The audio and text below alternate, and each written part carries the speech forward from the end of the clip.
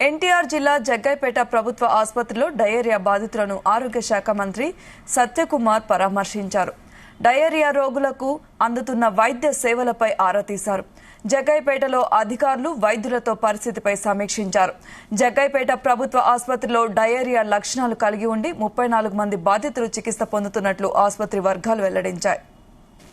వర్షాకాలం వస్తున్న సందర్భంగా రాష్ట్రంలో డయేరియా కేసులు రిపోర్ట్ అవుతున్నాయి.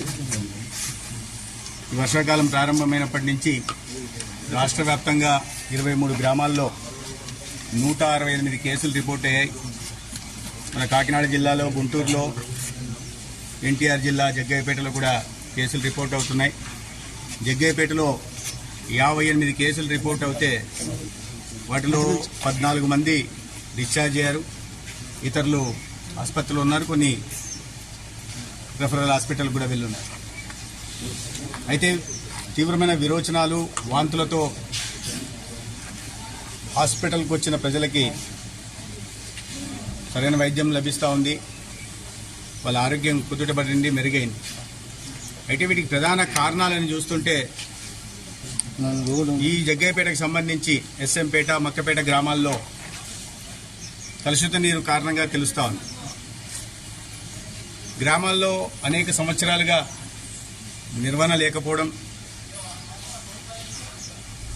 డిస్ట్రిబ్యూటరీ ఛానల్స్ని శుభ్రపరచకపోవడం, వాటి పైగా ఈ డ్రైనేజ్ కాలువల పైననో కాలువల పక్కనో వేయడం వల్ల ఆ డ్రైనేజ్ వాటర్ కూడా కలవడం ఒక కారణంగా కనిపిస్తుంటే, కొంతమంది పానీపూరి తిన్నామనో లేదా హాస్టల్లో ఉండి అక్కడ ఏదో దీని బారిన పడ్డామని కూడా చెప్తున్నారు. ప్రధానంగా మున్సిపాలిటీ ప్రాంతంలో కానీ, గ్రామీణ ప్రాంతాల్లో కానీ ఈ నీటి సరఫరా పైపులు లీకేజీల కారణంగా ఈ సమస్య ఉత్పన్నమవుతా ఉంది. అమ్మాయి స్కూల్కి వెళ్ళింది, స్కూల్లో వర్క్ చేస్తుంది, రోజు పానీపూరి తిన్నది. తర్వాత వాటర్ తాగింది, ఇంకేం తినలేదు, ఏం తాగలేదు.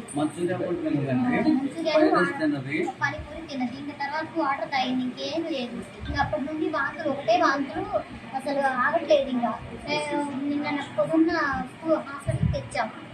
హాస్పిటల్ తెచ్చిన కాడ నుండి డాక్టర్లు, నర్సులు బాగా చూస్తున్నారు. మున్సిపల్ ట్యాప్ వాటర్ మున్సిపాలిటీ వాటరేనండి. ఎలా వస్తుంది? మొన్న అయితే పచ్చగా వచ్చినాయి, వాసన వచ్చినాయండి. ఈ వాసన వస్తున్నాయి, పచ్చగా వస్తున్నాయి వాటర్. ఆ నీళ్ళు తాగారా? ఆ నీళ్ళే తాగుతుంది. అందరం అండి పేదోళ్ళు ఉంటాం, వాటర్ కొనుక్కోవాలి, ట్యాంక్ రావాలి.